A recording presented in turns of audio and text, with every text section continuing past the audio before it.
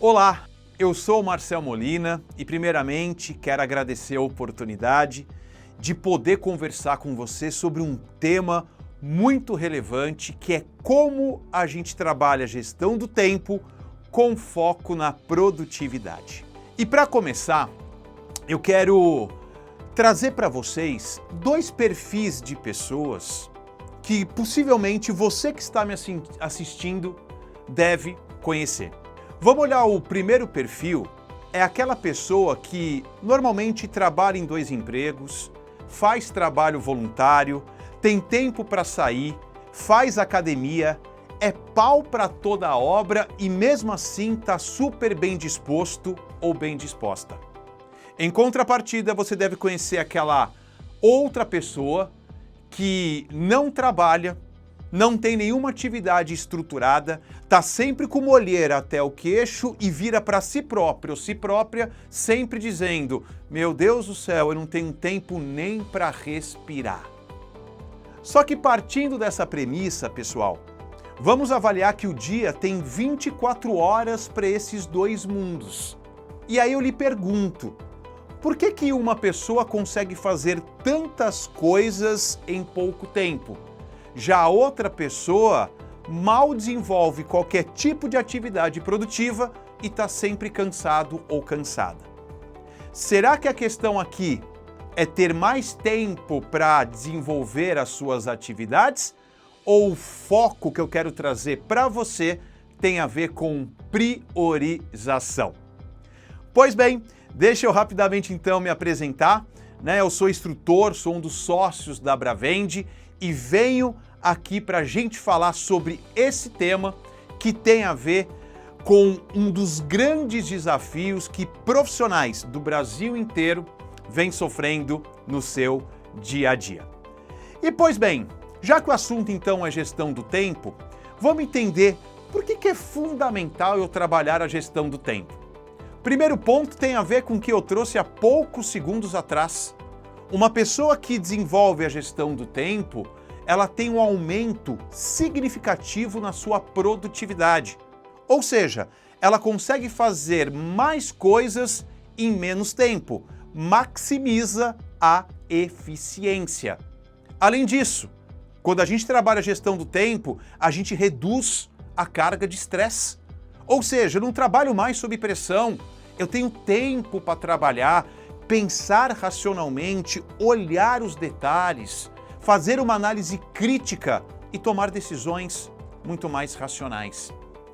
Um outro ponto é que isso me ajuda a melhorar a qualidade do meu trabalho, melhora a qualidade da minha vida, efetivamente.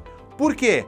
Se eu não trabalho sob pressão, eu trabalho fomentando a minha saúde física e a minha saúde mental. Além disso, me ajuda a equilibrar a vida pessoal da minha vida profissional. Sabe aquelas pessoas que, sempre que necessário, viram para si próprio e falam: puxa vida, eu não tenho tempo para respirar, eu não tenho tempo para curtir a minha família, eu não tenho tempo para curtir os meus filhos, eu vivo 100% pelo meu trabalho.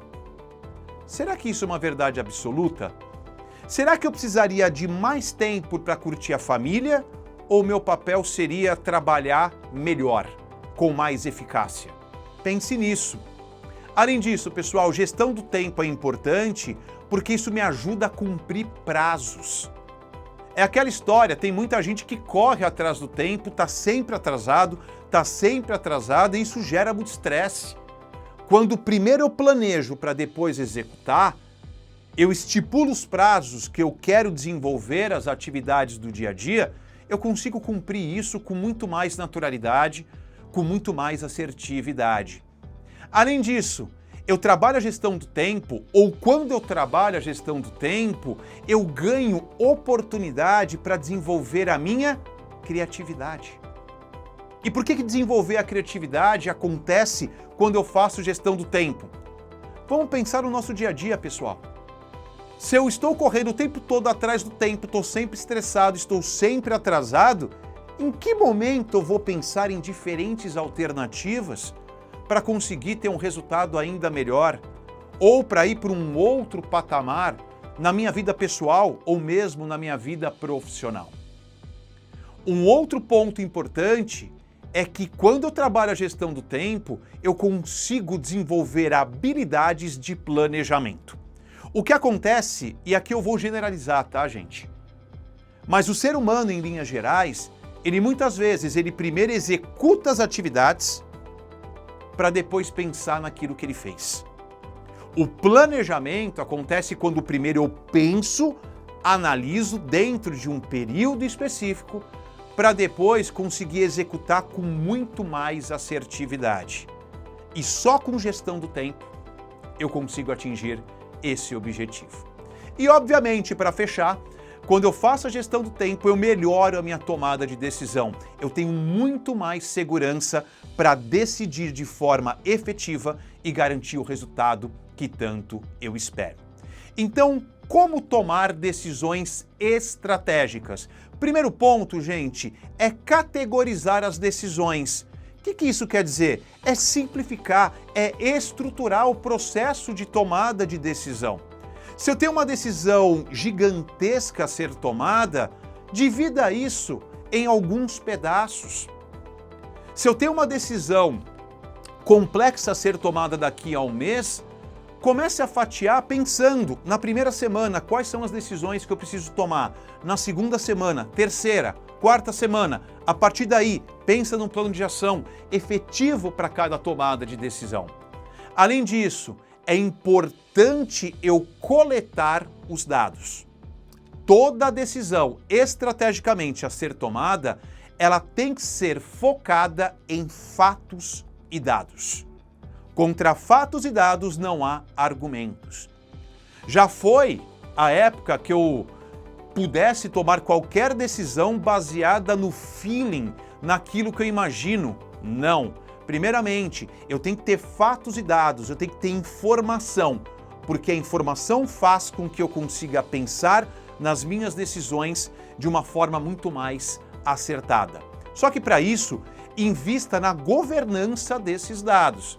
Porque não adianta eu coletar qualquer informação. Agora, as informações que eu busquei para tomar decisões, elas estão em conformidade com as leis, com as normas, com as regras, com a cultura da minha organização? Então faça essa governança, porque isso é mais do que fundamental.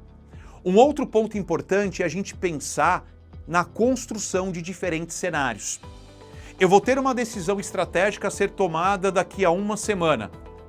Eu tenho que pensar em pelo menos 3 situações, em 3 possibilidades. E a partir daí eu vou analisar. Possibilidade 1, se eu tomar essa decisão, ok, o que isso vai me gerar? Qual é o impacto positivo? Qual é o impacto negativo que essa decisão poderá me trazer? Decisão B, vou seguir a mesma linha de raciocínio. Decisão C, vou seguir exatamente a mesma lógica. Esse exercício de visualização, pessoal, nos ajuda a pensar em diferentes possibilidades e, principalmente, nos deixa preparado para poder lidar com qualquer eventualidade. E aí, gente, em cima disso, eu vou escolher o melhor método para trabalhar cada situação, seguindo exatamente aquela premissa. Primeiro eu penso, eu me planejo para depois agir. Muitas vezes em sala de aula, as pessoas até me perguntam: Marcel, mas nem tudo que eu planejo, nem tudo que eu visualizo dá certo. Falo, ok, nem tudo que a gente planeja acontece. Agora, quanto menos a gente planeja as coisas, pior fica o nosso resultado. E quando a gente começa a visualizar as decisões que a gente precisa tomar no nosso dia a dia, com toda certeza isso gera muito mais segurança e traz muito mais assertividade para essa realização. Além disso, pessoal, é importante a gente pensar em 3 tipos de decisões que normalmente a gente vai tomar no nosso dia a dia. E vamos falar então quais seriam elas efetivamente. A primeira delas é aquela análise muito mais intuitiva. É a análise muitas vezes que é tomada através do gut feeling. É o feeling, é a decisão que acontece muito mais no emocional e pouco no racional. é quando a gente decide no impulso. É quando a gente não pensa. Essa decisão acontece, em alguns casos, quando eu quero muito mais me livrar do problema do que buscar algumas soluções ou alternativas de soluções para conseguir resolver a questão. Eu entendo que esse tipo de decisão, ela é muito, mas muito arriscada. É só a gente analisar o dia a dia. Quantas e quantas vezes você foi pela sua intuição e quebrou a cara? Ok, Marcel, mas em algumas situações eu segui a minha intuição e tudo acabou muito bem. Ok, não tem certo ou errado, mas uma análise intuitiva é uma análise muito mais emocional, sem o embasamento dos fatos e dados, como a gente aqui já comentou. Um outro ponto para a gente tomar decisão, um outro tipo de decisão a ser tomada, ela acontece através de uma análise mais sistemática. É a análise dos fatos e dados. Talvez, para tomar essa decisão, eu vou agir de uma forma mais rápida, mas não é só a minha intuição e vamos que vamos. Não, eu me baseio em um indicador. Eu me baseio em evidências e através da visualização dessas evidências eu vou encontrar diferentes alternativas. Até para justificar para eu mesmo que aquela decisão que eu tomei, consequentemente, não foi uma decisão no famoso achômetro. Foi uma decisão estratégica e que foi previamente preparada e pensada por mim. Ou seja, ela traz muito menos riscos. E por fim, um outro tipo de decisão que a gente possivelmente pode tomar no nosso dia a dia são decisões baseadas por princípios. Essas decisões estão muito ligadas às nossas crenças, aos nossos valores, à nossa cultura. Deixa eu trazer um exemplo aqui muito simples para vocês. E eu não estou aqui fazendo o papel de alguém que vai querer julgar o porquê que as pessoas decidem, por A, B ou C. O julgamento não faz parte dessa aula. Mas vamos colocar aqui dentro da sua organização, alguém está tomando uma decisão racional, uma decisão baseada, uma decisão mais sistemática, vamos dizer assim, com base em indicadores, com base em algumas informações, mas essas decisões vão contra as crenças e aos valores da sua companhia. Ou essas decisões, elas vão contra aos seus valores, aos seus princípios de ética. Consequentemente, você não vai aderir àquela tomada de decisão. Já conversei com vários profissionais de liderança de várias áreas, das quais a gente já desenvolveu treinamento ou consultoria, e que já me falaram, Marcel, já trabalhei em empresas onde a gente fazia uma análise das áreas, produtos, serviços, departamentos, estava tudo redondo, mas aquela empresa ela não tinha sinergia com a minha cultura. Aquela empresa ela não tinha muita conexão com aquilo que eu tenho como valor. E valor é aquela premissa de cada um de nós que não tem nenhum tipo de negociação. Ou seja, esse profissional ele decidiu em não trabalhar naquela organização. Tomou uma decisão focada em seus princípios. Ou seja, é fundamental a gente olhar para esses princípios, até para a gente ter segurança na tomada de decisão e possivelmente a gente não se arrepender de uma decisão que foi tomada e que possivelmente ela foi tomada pela intuição. Eu não analisei os princípios e, consequentemente, o que aconteceu? Eu acabei me arrependendo. Pois bem, pessoal, falamos aqui em como a gente toma a decisão, os princípios, que tipos de decisões nós tomamos, mas talvez nesse momento alguns de vocês aí estão pensando, Marcel, legal, mas existe alguma ferramenta que me ajude a direcionar o meu esforço quando eu falo em gestão do tempo? Pois bem, aqui está a resolução dos nossos problemas. eu quero trazer para vocês uma ferramenta muito conhecida como matriz que trabalha a importância versus urgência na tomada de decisão, ou outros conhecem a matriz de Eisenhower, que foi presidente dos Estados Unidos, foi general do exército, mas ele foi muito citado em muitos anos por ser aquele profissional que sempre trouxe a polêmica de quando a gente fala em gestão do tempo, nem sempre aquilo que é importante vai ser mais urgente. E nem sempre aquilo que é urgente vai ser mais importante. Poxa vida, Marcel, então como que eu devo efetivamente tomar as decisões? Nesse sentido, pessoal, analisando essa matriz, nós vamos ver aqui no eixo vertical o nível de importância na nossa tomada de decisão. E a gente vai fazer uma relação com o nível de urgência. Obviamente, quanto mais urgência, maior o estresse. Quanto menor urgência e maior a importância, esse é o foco de eu desenvolver a gestão do tempo com muito mais eficácia. O que eu quero dizer com isso? Vamos dividir essa matriz, pessoal, em 4 quadrantes aqui fundamentais. Aonde no primeiro quadrante eu tenho aquilo que não é importante e também não é urgente. Opa! Então aqui estou falando em 100% agir na improdutividade. Se eu estou fazendo algo que não é importante e não é urgente, com toda certeza eu tenho que começar a pensar, o que é que eu estou fazendo efetivamente? Possivelmente eu estou fazendo algumas atividades que são mais convenientes, mas não trazem resultado algum. Agora, quando eu trabalho aquilo que é importante e não é urgente, eu estou indo no caminho certo. Porque eu estou pensando não só no curto, mas eu estou pensando no médio e no longo prazo.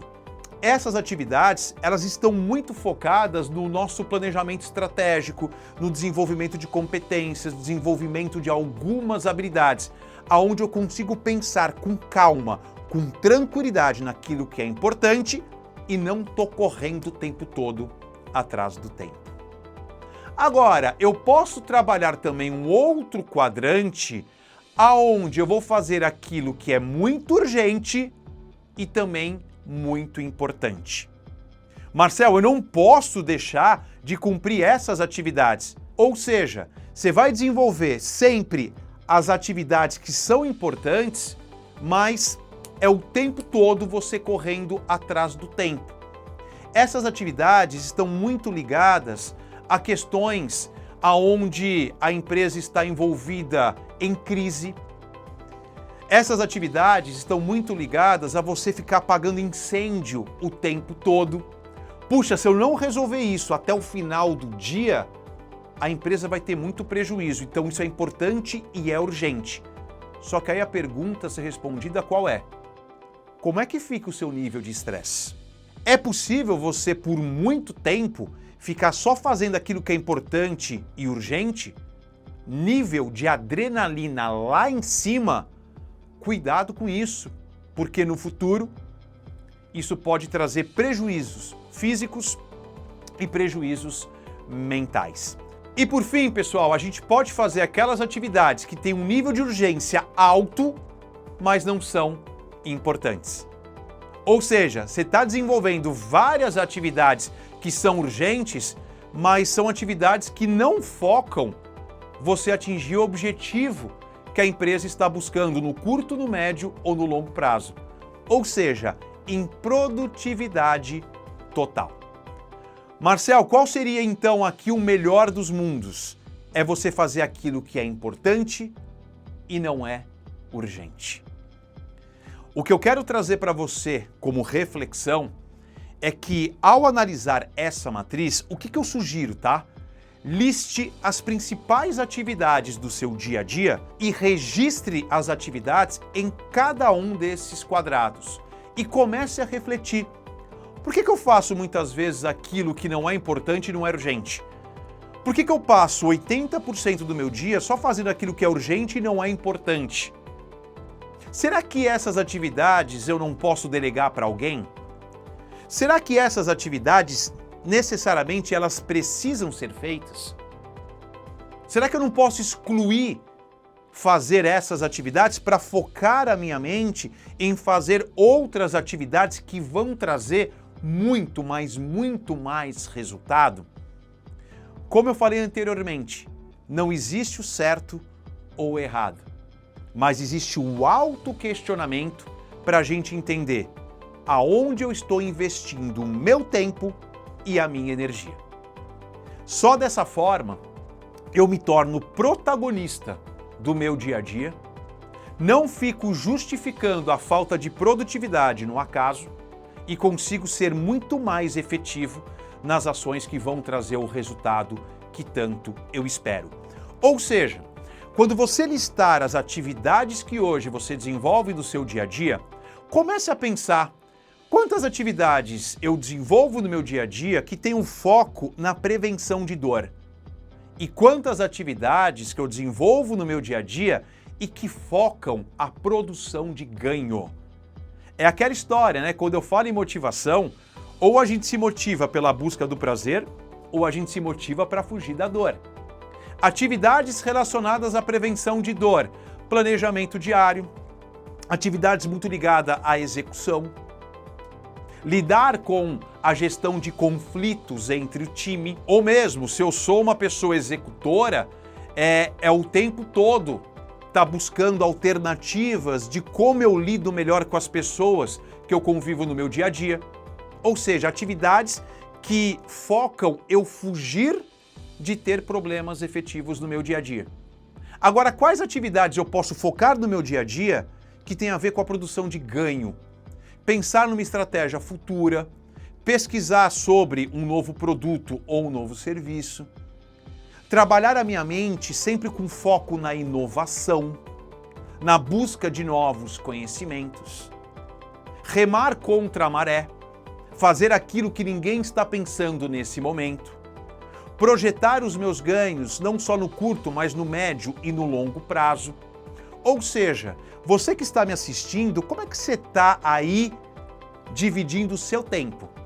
Você está só fazendo atividade para não sofrer ou está pensando no futuro, no crescimento, desenvolvimento de habilidades, um pensamento mais estratégico que, consequentemente, talvez o resultado não apareça agora, mas vai aparecer no médio ou no longo prazo? Ou seja, você é dono do seu tempo? Responda sinceramente e saiba que a pior mentira é aquela que a gente conta pra gente mesmo. Pense no seguinte: você mais demanda ou você é demandado pelo tempo? Quais atividades nós executamos porque devemos? Será que hoje você executa as atividades que vão trazer mais resultado? Ou você executa aquelas atividades que são mais convenientes para você e talvez vão trazer menos dor? Agora, para eu ter resultado, eu tenho que fazer aquilo que é mais conveniente, ou para ter resultado, eu tenho que fazer aquilo que precisa ser feito para eu conseguir atingir o meu objetivo? Pense nisso efetivamente.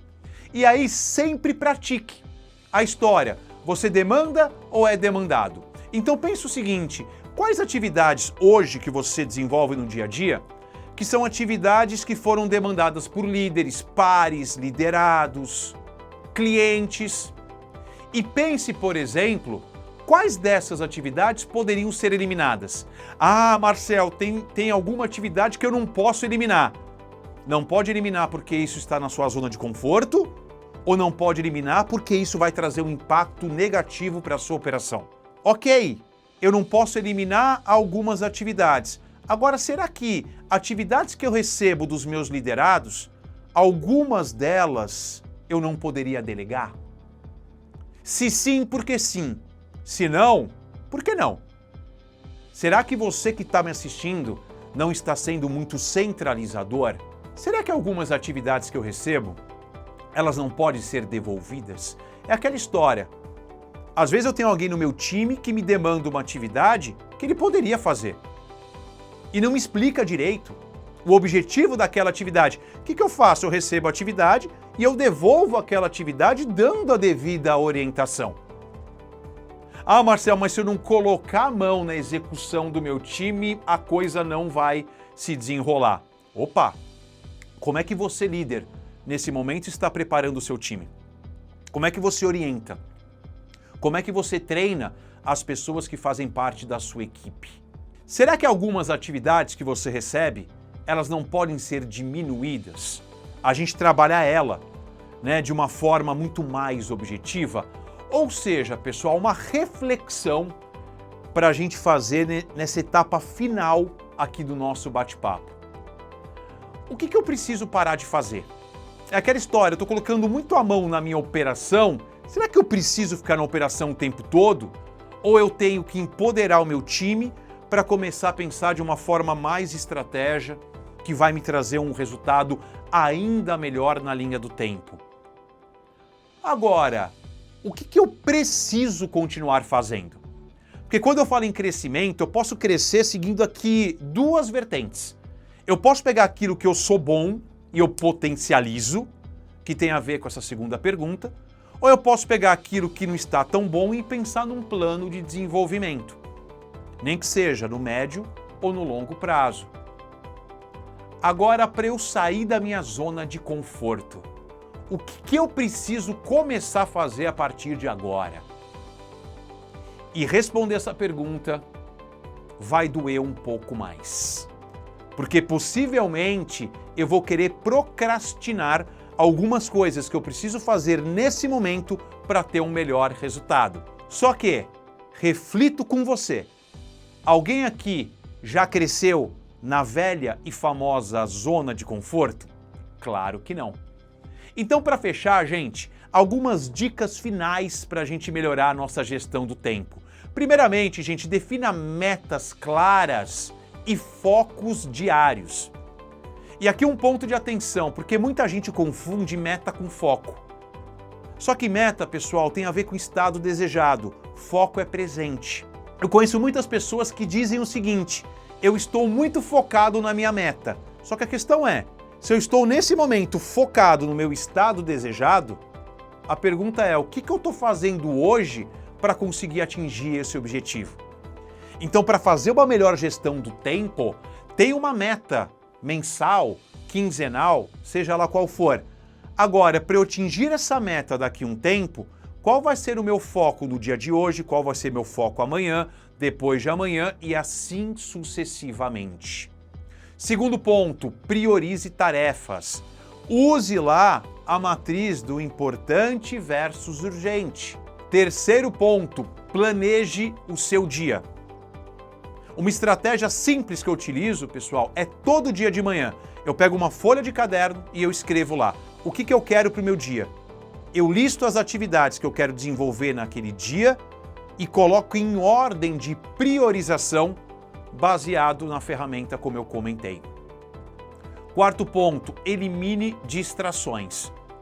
Se a gente não se policiar, de repente eu estou lá focado em desenvolver uma atividade, toca o celular, vem a mensagem do WhatsApp, do grupo dos amigos, e aí quando eu vejo, eu já estou lá respondendo as mensagens, já se passaram 30, 40 minutos e eu já perdi totalmente o foco naquilo que eu estava fazendo. E aí o que acontece? Eu culpo a minha falta de tempo para conseguir ser efetivo nas minhas ações. Será que o problema é o tempo? Ou muitas vezes o problema está em a gente não eliminar as nossas distrações? Use ferramentas de gestão de tempo, como a gente já comentou aqui. Delegue algumas atividades quando possível. Cuidado, porque às vezes você está sendo aí muito centralizador. Defina um limite de tempo para as atividades. Cronometre as atividades que você desenvolve. Marcel, coloquei um limite aqui muito pequeno. Reavalie a eficácia daquela atividade, isso não vale a pena você categorizar a atividade como já falado aqui. Divida aquela atividade grande em atividades médias ou em pequenos blocos e defina o tempo para desenvolver cada um desses focos. Consequentemente, você vai acelerar em muito a execução da atividade. Avalie e ajuste todas as suas estratégias regularmente. Tem hora que eu vou ter que trocar a roda do carro com um carro andando. Nem tudo que a gente planeja acaba dando certo. E se eu percebo que alguma coisa não está dando certo, qual é o meu papel? Eu já analiso, tenho fatos e dados, sincronizo o que eu estou vendo com os meus princípios, entendo quais são as minhas crenças relacionadas a essa atividade e já reajusto a rota com muito mais velocidade. Um outro ponto importante é a gente aprender a dizer não. Quando eu falo em foco, pessoal, foco não é dizer sim, foco é dizer não. É tirar da frente aquilo que efetivamente destrói com a minha energia. É pensar em produtividade, não em fazer aquilo que é mais conveniente para mim. E por fim, gente, cuide da sua saúde física e da sua saúde mental. Marcel, estou estressado porque o tempo está cada vez mais escasso. Ok, planeje o seu tempo para ter um espaço para trabalhar a respiração, para conseguir se conectar com o seu eu interior, para poder relaxar não só o seu físico, mas como o seu mental. Trabalhar a máquina mental e a nossa estrutura física é fundamental para gerar mais energia e a gente conseguir desenvolver as nossas atividades administrando a gestão do tempo com muito mais eficiência. Pois bem, gente, chegamos ao fim aqui da nossa aula, uma aula muito reflexiva, mas fica novamente a pergunta: você é dono do seu tempo ou você passa o seu dia a dia só apagando o incêndio? Pense nisso, trabalhe as dicas que nós desenvolvemos aqui ao longo da nossa jornada e tenha muito sucesso!